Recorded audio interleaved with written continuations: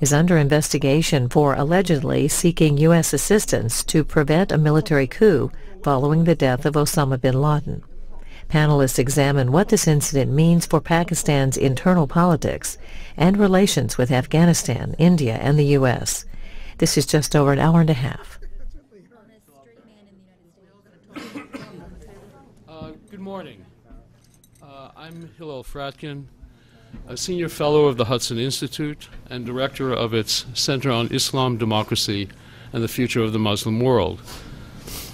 It is my duty to welcome you to this event, whose subject is Pakistan, the crisis state. And I may add, I'm welcoming all of you here in this room as well as our C-SPAN audience.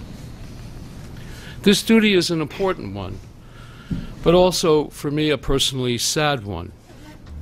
It is an important duty because Pakistan is an important country, and also a country in the midst of a great crisis, a crisis which affects important American interests, as well as Pakistan's own. It is a personally sad one because a most grave expression of this crisis are the difficulties, the undeserved difficulties, of Hussein Haqqani, until recently Pakistan's ambassador to the United States. Hussein is an old friend of mine, a former colleague, and a former colleague of other people here at Hudson. Among other things, together Hussein and I founded the journal called Current Trends in Islamist Ideology. From the first, Hussein's interest in this venture was to address and hopefully redress the dangerous and destructive forces abroad in the Muslim world generally, but also in his native Pakistan. In accord with his faith in Islam and as a Pakistani patriot, he strived with all his great energy, intelligence, and courage to help to find a way forward for the health of his country and its relations with other countries, including the United States. Eventually, it became his lot to pursue that ambition as the Pakistani ambassador. His fulfillment of his duties came at a most difficult time in U.S. and Pakistani relations, perhaps the most difficult ever. Still, Hussein took up this task and defended his country and its interests with exemplary vigor and skill. No one in Washington is in any doubt about this or his dedication to the cause of Pakistan, but all are amazed at the success he achieved. For his pains, he now finds himself under virtual house arrest at risk of his very life, a serious risk in a country which has in the past year already seen several political murders. Why is he in this situation? Well, he who has endeavored to protect and advance his country stands accused of betraying it. By whom is he accused? By a man who many people know him and have known him for many years, who describe him as a serial liar and a con man, active in these low arts for nearly 20 years, and whose evidence is non-existent. In other times, these charges would receive no credit. Unhappily, in today's Pakistan, they do. This is, I think, not because these charges are actually believed, but because they are deemed, in the present circumstances, useful in the low and dangerous political struggles that now convulse Pakistan. A struggle, I might add, which reached a new and heightened state over the past few days. It is thus that his situation represents, as I said earlier, the crisis of Pakistan, and I should add the shame of Pakistan. It is the double shame of men who speak of honor, but instead dishonor themselves with attacks on their most loyal, genuinely loyal, and able sons. Perhaps they will come to reflect upon this, reflect upon what true honor requires, perhaps discover what a great American president, Abraham Lincoln, once described as the better angels of their nature. I hope so and pray so. pray that Hussein will soon be able to return to his great and patriotic vocation, the health of his country. For the present, it is my last duty to turn over our broader discussion to our panelists. Let me only add that they are all lifelong students, distinguished students, and lifelong friends of Pakistan, and all associated with the most distinguished institutions in Washington. Their presence here today and the discussion they will provide testifies to their concern for Pakistan and its relations with the United States, as well as their concern for Hussein Haqqani. It's now my privilege and pleasure to turn the proceedings over to Teresita Schaefer. Thank you very much.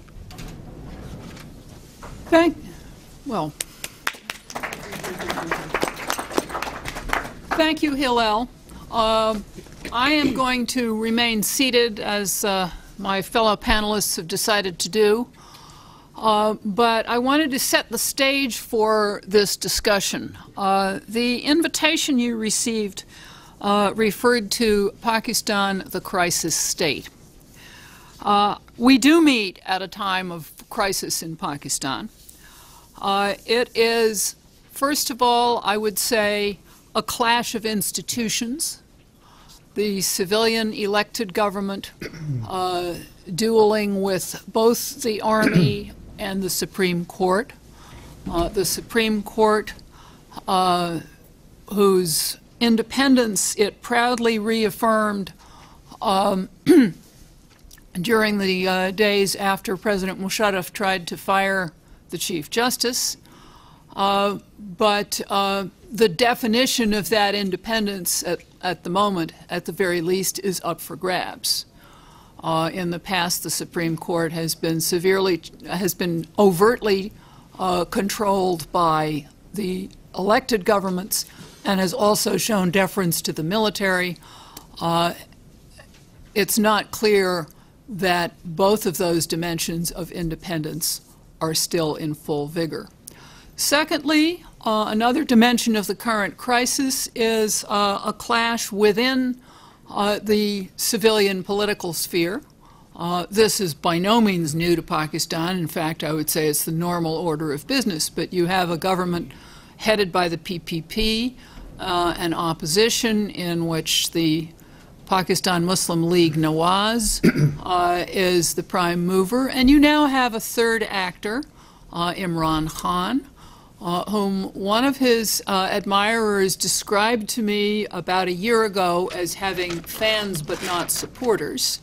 It appears that he now has some supporters.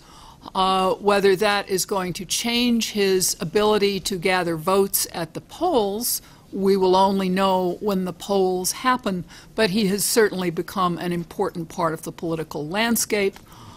I know that a number of people in the room just came from a Skype conversation with him in which he said some things that were quite familiar and some that were less familiar. The big themes that we wanted to pursue this morning are two that are tremendously important for Pakistan's future and indeed for any country's future. One is justice and the other is rule of law. Each of my fellow panelists will have a perspective on this. I would just like to end my introduction on a more personal note. My husband and I lived in Pakistan in the mid-1970s. Our older son was a year old when we got there. Our younger son was born there. The news of the assassination of Punjab Governor Salman Taseer clutched at our hearts, not just for the reason that many people share, that this was a voice of toleration that had been killed by his bodyguard, but also because he was killed a few feet from where we used to go to the bookstore and the barber shop and the playground where our kids played on the seesaw on Sunday afternoons. So let me turn the floor over to the first of our speakers, Marvin Weinbaum, whom I first knew actually at that time in Pakistan. He was on a Fulbright. We were in the embassy, but who is now with the Middle East Institute. Marvin. Thank you, Tazy. We have a crisis, certainly, in Pakistan. And it seems to be a crisis which, for the moment, is driven by some specific events that have lately taken place. This panel is going to help us understand those events, what led up to them, where they're likely to take Pakistan. But in looking at this, I'm going to ask whether it's something more than simply events which have led to this crisis, because after all, the topic of this meeting here is the crisis state. As Tazy suggested, I've been looking at Pakistan some 40 years now. And as a Pakistan observer, I really don't know that there's been any time in that period when I would have characterized Pakistan as a normal state. I know when you use the term crisis and you have a crisis all the time, the term crisis loses its meaning. So I'm asking here, before we begin this more specific discussion, I'm asking here whether there's something deeper involved here. Deeper in the body politic, deeper in the political culture of Pakistan, of which this is the latest and perhaps, in the order of things, one of the most dangerous crises. After all, there's a certain degree of cumulative effect here. You know, how do these developments and the ones that precede them, how do they relate to a system in which few people have faith in their institutions, in which there is a deep distrust of authority, where justice and the rule of law is so easily violated and regularly violated, where so much of what goes on is blamed on outside forces, where there is regular denial of responsibility. Outside forces, I might mention, that are plotting to weaken and indeed overthrow the state and take the state's assets from it. A society where what once was a fringe set of ideas about something like 9/11 today is a virtual consensus in the country about it being an American plot, perhaps an American Zionist plot. This is generally believed throughout the country, and it's only one of many such beliefs which, at least as an outside observer, one finds so difficult to understand. The obsession here with India and lately with the United States. And I could go on, and you could go on, and certainly everyone on this panel can give us far better examples here. Well, could I sum this up? Let me give you a list.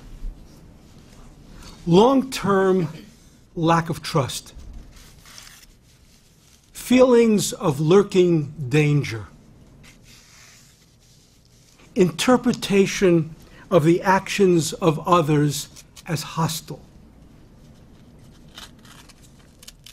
misconstrue friendly actions looking for hidden motives, conspiratorial explanation of events, easily slighted, in denial, refusing to accept responsibility,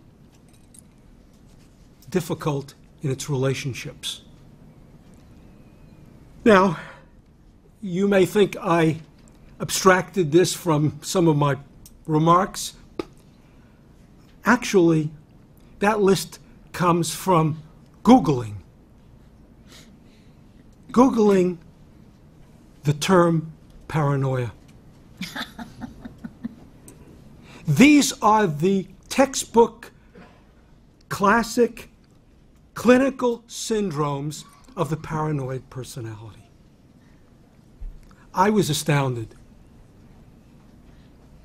There were none there that I would have said, well, that's clearly doesn't belong.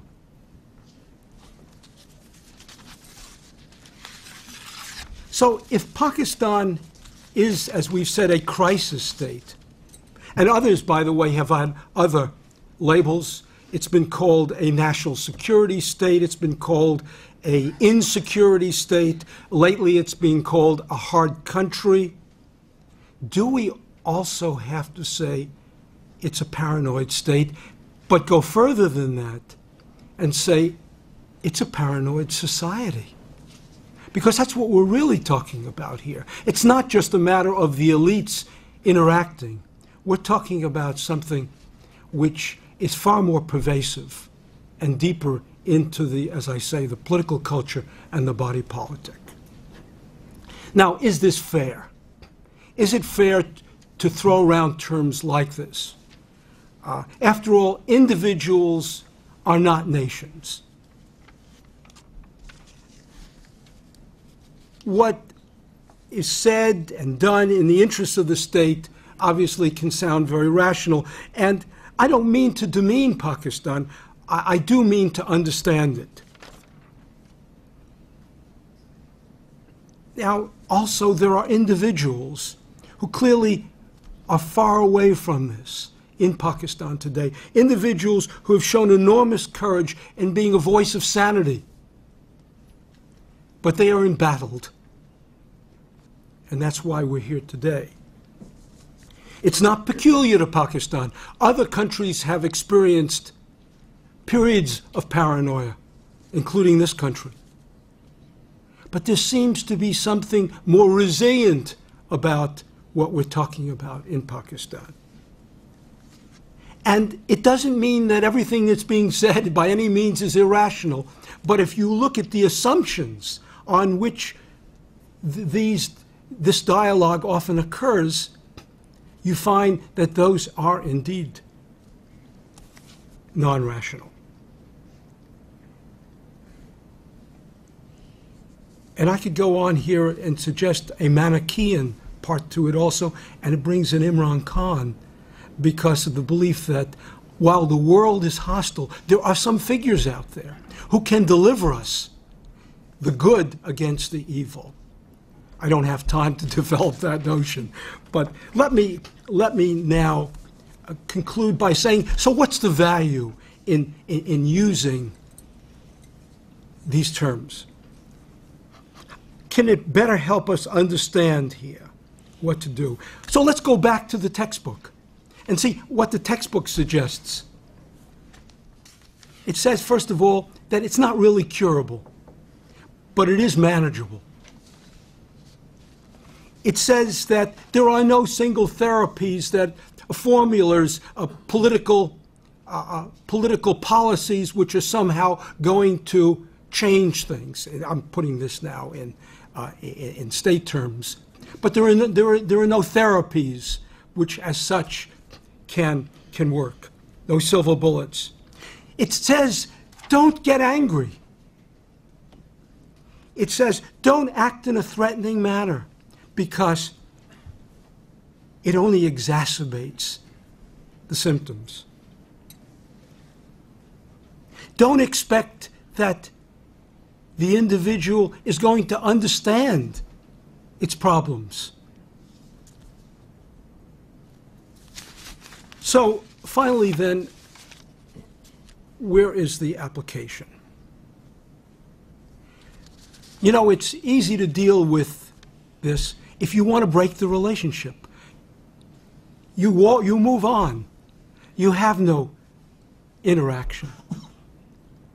But if that relationship needs to be preserved, if it's of interest to preserve it, then we have to go back again to what is suggested about how you ultimately manage it.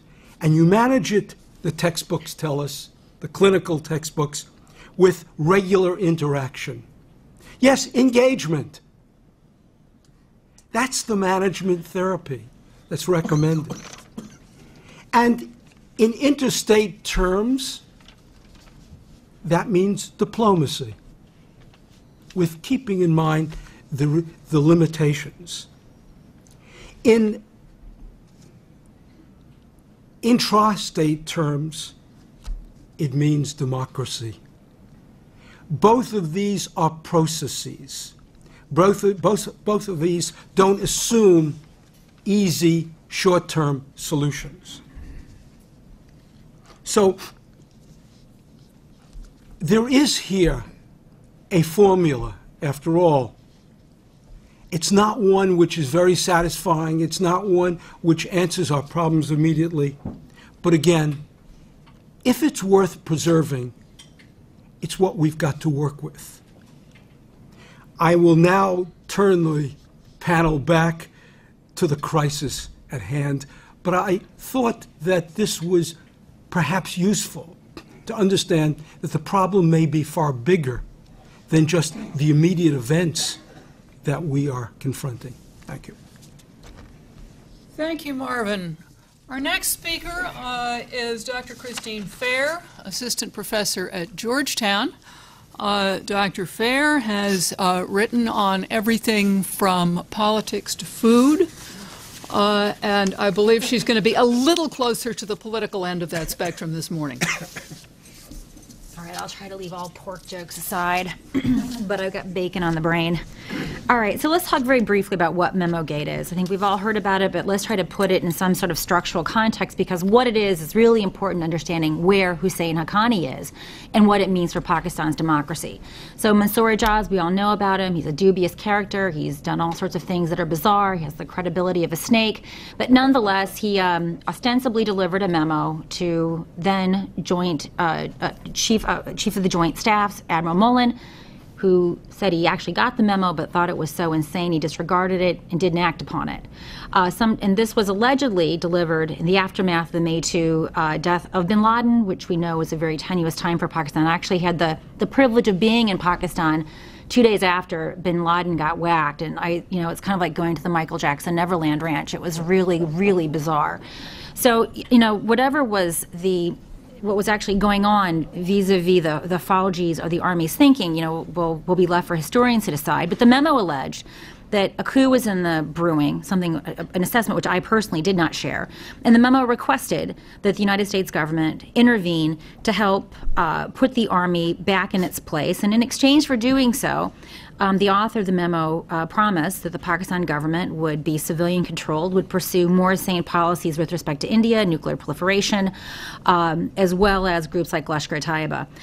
In other words, for the most part, what was being offered in the memo was that Pakistan would behave as its constitution, in fact, tells it to, right? So what very few people have had the sort of sense of saying is that even if this memo was authored by this government, it's hardly treason. It's simply articulating and requesting the United States to reinforce the constitutional structure that Pakistan actually has.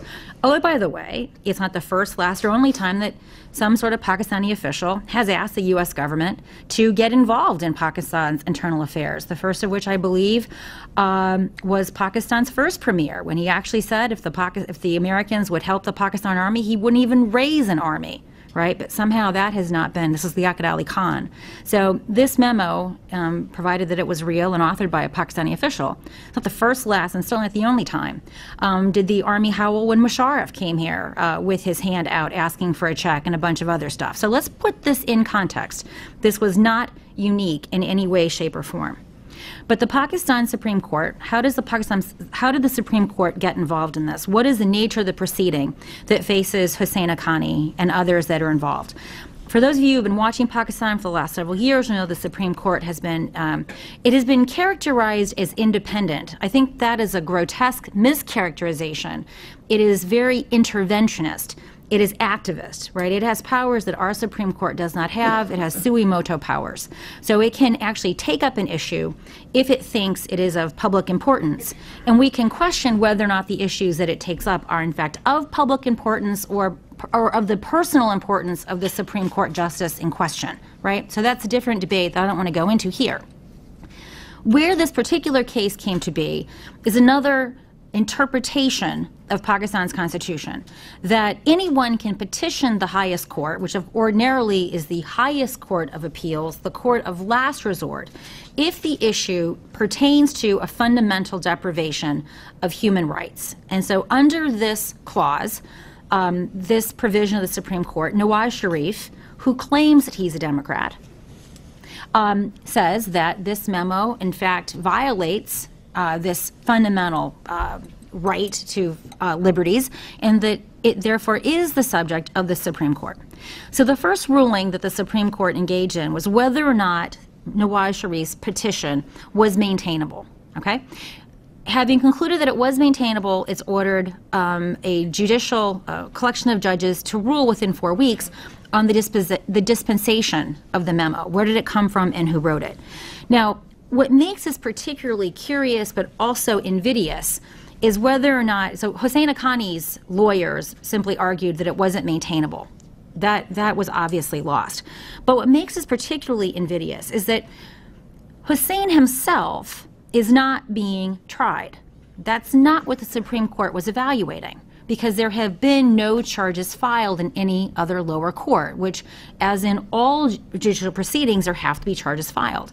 So what this process has allowed the Supreme Court, working on, I believe, if not explicit collusion with the military, then in a parallel simpatico with the military, has allowed various pieces of so-called evidence which have not been forensically validated. There have been no custodial chains of, there's been no custodial chains for these evidence to be entered into the Supreme Court, put into various affidavits, and laundered on its website. So, for example, let's take a very concrete issue, the BlackBerry exchanges. There has been no forensic evaluation of the authenticity of those BlackBerry exchanges, right? Mr. Ijaz has a series of exchanges. He writes in his affidavit, this explains this, and this is how this BlackBerry exchange connects Mr. Hossein Haqqani to the memo.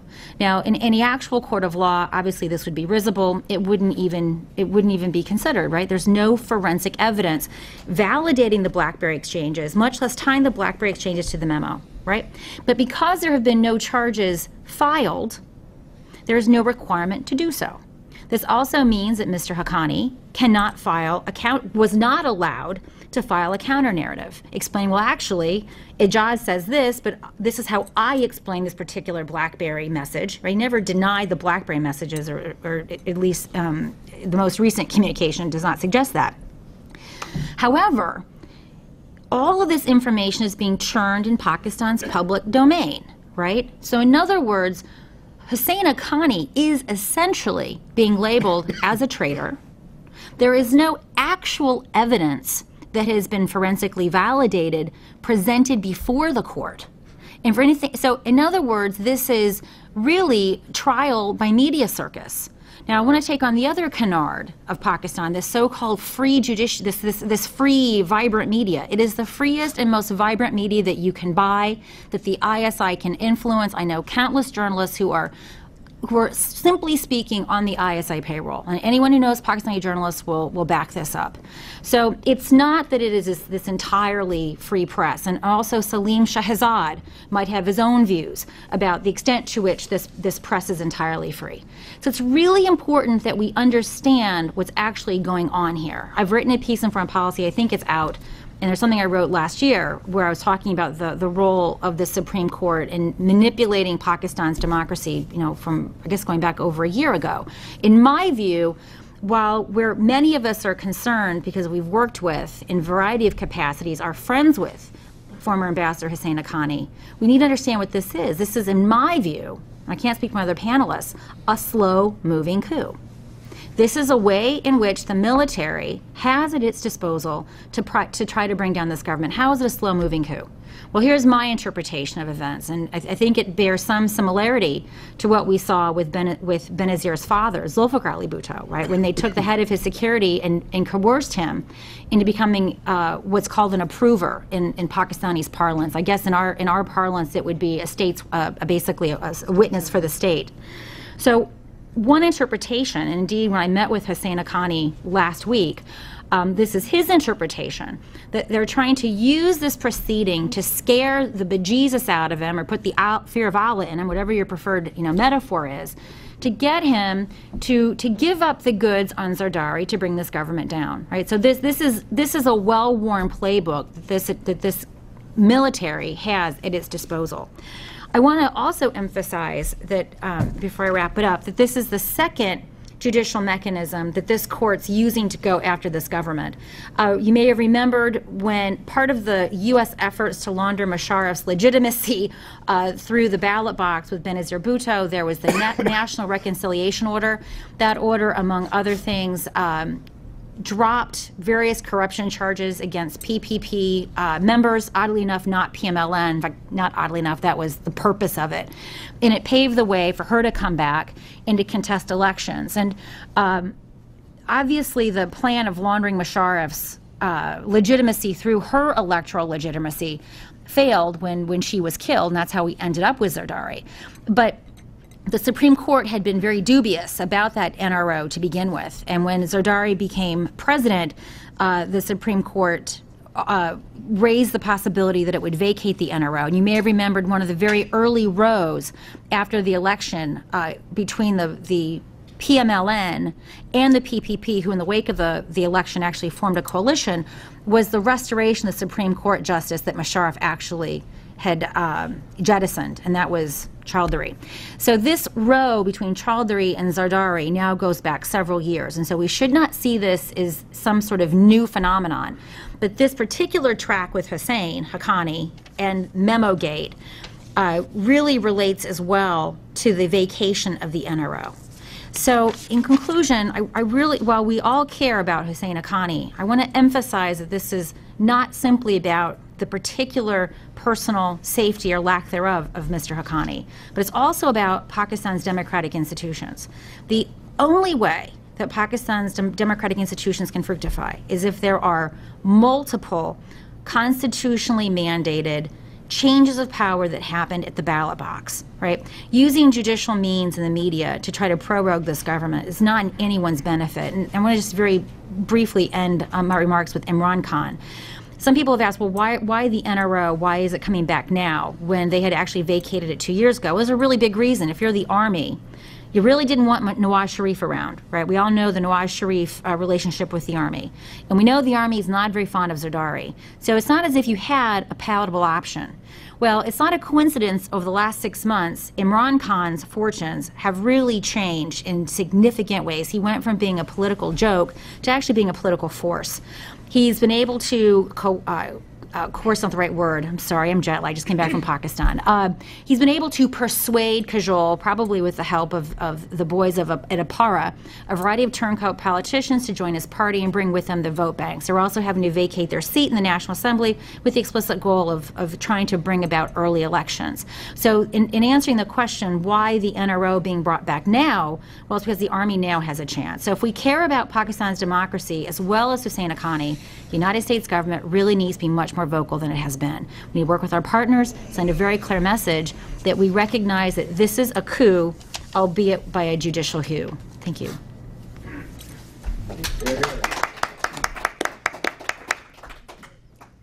Thank you, Christine. Our next speaker is Stephen Cohen of Brookings Institution, and before that of the University of Illinois at Urbana-Champaign.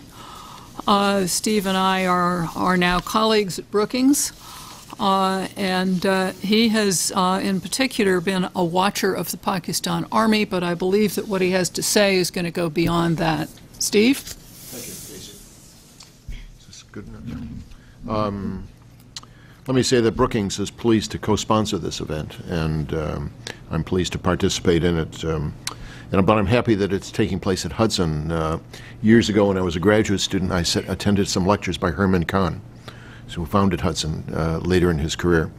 And Herman Kahn was a futurologist. He was one of the first big-time futurologists in the United States. But his interest was nuclear weapons. And he wrote a book which described, among other things, World Wars III to VII. He wrote in there was a chapter on titled Will the Survivors Envy the Dead? The answer was no. In the case of a large thermonuclear war, he was quite a remarkable person. But we're in the same position that Herman Kahn was. Our imagination knows no limits, but it's still very hard to say what will actually happen. Humans are blessed or cursed with the ability to look ahead and imagine the future. We're also cursed by an inability to actually know what the future will be. So this is an exercise in futurology, and it spins out of the book I just edited called The Future of Pakistan. So I want to look at the Pakistan, the crisis state, the state marinated in crisis, how it's going to look, what the alternative futures for Pakistan, drawing from that book and writings of others. But I think a cautionary note is that Ambassador Jack Matlock, the former ambassador to the Soviet Union, once said, I'm paraphrasing here, to the effect that he wasn't sure what would happen to the Soviet Union, but when it did happen, he would be able to explain why it was inevitable. So we could come here a couple of months from now and say it was inevitable that this happened or that happened. I think a large dose of humility is required when talking about things like Pakistan or nuclear war, for that matter. So let's talk about Pakistan today and tomorrow. I think the present crisis began with the 1999 Musharraf coup, but really from 1965 onward, Pakistan has been in crisis. And after Musharraf's failure or collapse as a leader, I think the hope for Pakistan gave way to deep pessimism. And a lot of the literature, a lot of the writings about Pakistan is characterized by deep pessimism. But I detect in this literature 4 broad scenarios about the future of Pakistan. The first one is not the most popular, but the dominant one seems to be the muddling through scenario. Now, muddling through is not simply a slang term; it's actually a term of art. And Charles Lindblom wrote a marvelous article about the science of muddling through. And muddling through happens when you're not quite sure what to do. You sort of do a lot of things, and you hope that things come through. So it's a policy of hope. And the argument is that Pakistan is in trouble, but the forces of unity and coherence will ensure that it will not dramatically change soon. Despite chaos, it is best to assume stability. And I think this is the view of Jonathan Paris, wrote a fine study out of London about the future of Pakistan. Anatol Lieven's book, Pakistan, the Hard State. And our book on the future of Pakistan, but our book only, at least my chapter, only looks ahead 5 years. So in a sense, muddling through, but with a shorter time frame. Now, there are 2 other scenarios which are muddling through, variations on muddling through. One is muddling through plus and muddling through minus. Muddling through plus is best epitomized by the edited book by Malia Lodi, former ambassador to the United States and a renowned journalist. And I call this the if syndrome. And Malia argues, and it's a collection of essays in there, many of whom make other arguments, that if Pakistan can only reform its economy, if only civil military relations can be normalized, if only the terrorists can be tamed, if only this can happen, if only that can happen. If is the operative word here. But after that, then there's a bright prospect for Pakistan. And nobody doubts that Pakistan has, or perhaps had, a bright future, given the resources, the talent of its people, its location. Pakistan had a lot of resources, a lot of assets, but clearly it's underperformed in many ways. So the muddling through positive scenario is if all of these things happen. When we had the meeting to discuss our book, for some discussions I ruled out the term if. In fact, a conversation about Pakistan should not include the word if, because if you start using the word if, you're going to, if this happens, of course, then it's a glorious future. Well, I think we should ban the word if in these conversations. Now, the muddling through minus scenario is quite different, and it's characterized by John Schmidt's recent book on the unraveling of Pakistan, or some of Bruce Rydell's writings, a book of his and an article. And one article is called Armageddon in Pakistan, or referring to he also referred to the Emirate of Pakistan. And a new book that's just coming out of Scott Page-Bruce by Ahmed Rashid, Pakistan on the Brink. I think that's the second book I've seen with that title. And now they argue that Pakistan may not muddle through. And it may not muddle through for one particular reason, and all 3 authors are concerned with this reason, that is the Islamist factor is going to overcome good intentions and good abilities and good people and drive Pakistan, if not to destruction, at least to worse and worse scenarios. So all these authors pick on the Islamist factor as a critical variable in a negative future for Pakistan. They don't predict catastrophe, but they're less optimistic, certainly, than Malia Lodi and others about what happens if muddling through doesn't work. There's another option, the one I favor, and I don't have a good title for it, but I call it the serial transformation of Pakistan. Nothing massive is likely to occur. And frankly, if there's a coup d'etat, I would not be surprised. Now, I don't think it would change things at all. I think Pakistan will continue on the way it is going. Pakistan is what Aristotle called a mixed constitution. It's part democracy and part military autocracy. So these kinds of states are very hard to predict.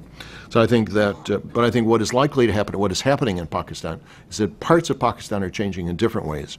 I won't go into the details. It's spelled out in my own chapter in the book. But it's a very different kind of Pakistan than the one Ambassador Schaefer and Professor Weinbaum were in the 1970s, the one I visited first in 1977. So Pakistan is changing, but changing in bits and pieces in ways which are not always pleasant, although in some cases it's changing for the good. Now to conclude, Pakistan is a crisis state, or crises, or sequentially crises. And why is this the case? Because it's a paradoxical state. A paradox is a statement or proposition that seems self-contradictory or absurd, but may express a truth. So I think there are many paradoxes, but at least three I think are important for this discussion. First, there's the domestic political paradox. And as I've said, Aristotle talked about mixed constitutions. Pakistan is part democracy, part military autocracy. You can't tell at any given moment what kind of state Pakistan is. In a sense, that's an asset of Pakistan, being a chameleon state, and it's very hard for other countries to deal with Pakistan. Yeah. It behaves like neither all the time, and it's hard to tell which Pakistan we're dealing with at any given moment. Second, there's a nuclear paradox. I think this would warm the heart of Herman Kahn were to hear this. Pakistan, like North Korea, is too nuclear to fail. Yet nuclear weapons do nothing to advance the economy, deal with the many domestic problems, and the possession makes Pakistan important to others and to Pakistan's own population, but that's all they do. Now, it doesn't bring Pakistan many advantages. I do agree with A.Q. Khan that having nuclear weapons has kept the Indians out of Pakistan, but Indians might not have been interested in invading in any case. So some of Herman Kahn's worst scenarios could come true if Pakistan follows an erratic nuclear path. He talked about war between the Americans and the Soviets, a massive global thermonuclear exchange. He also wrote about catalytic war, where a smaller nuclear state triggered off a war between major nuclear states. Here I think the Pakistan relationship with India and with China is something that deserves further study. And of course, there's the new issue that Kahn did not write much about, the issue of nuclear terrorism.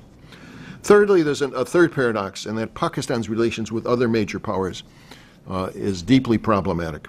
It is America's most dangerous ally. India-Pakistan relations are better than U.S.-Pakistan relations. It professes to be a democracy, but its three most important allies are the People's Republic of China, North Korea, and Saudi Arabia. So Pakistan's identity, I think Marvin hinted at this, is problematic. But I'm confident that there are enough good people in Pakistan, I think I put Hussein Haqqani at the top of that list, who really could manage the state were they given the opportunity to do so. So crises are going to continue. The fact that the military may take over in form, if not in name, does not trouble me. What troubles me the most is the deeper underlying transformation of Pakistan that's going on right in front of our eyes. I have some comments on policy, but I'll deliver those after Lisa Lickett. Well, thank you very much, Steve. And before we get to our final speaker, I am reminded that Professor Fair has to leave at 11:30. So I thought that if there were one or two questions that specifically touch on the legal and on judicial issues that she raised, I would take them now, and then we will turn to our final panelist. Could I remind you, if you're going to ask a question, to identify yourself and your affiliation, even if I know you, and to wait for the mic so that our watchers on C-SPAN can also hear your question. There's a question down here in front. Wait for the mic, Dr. Saab. Thank you.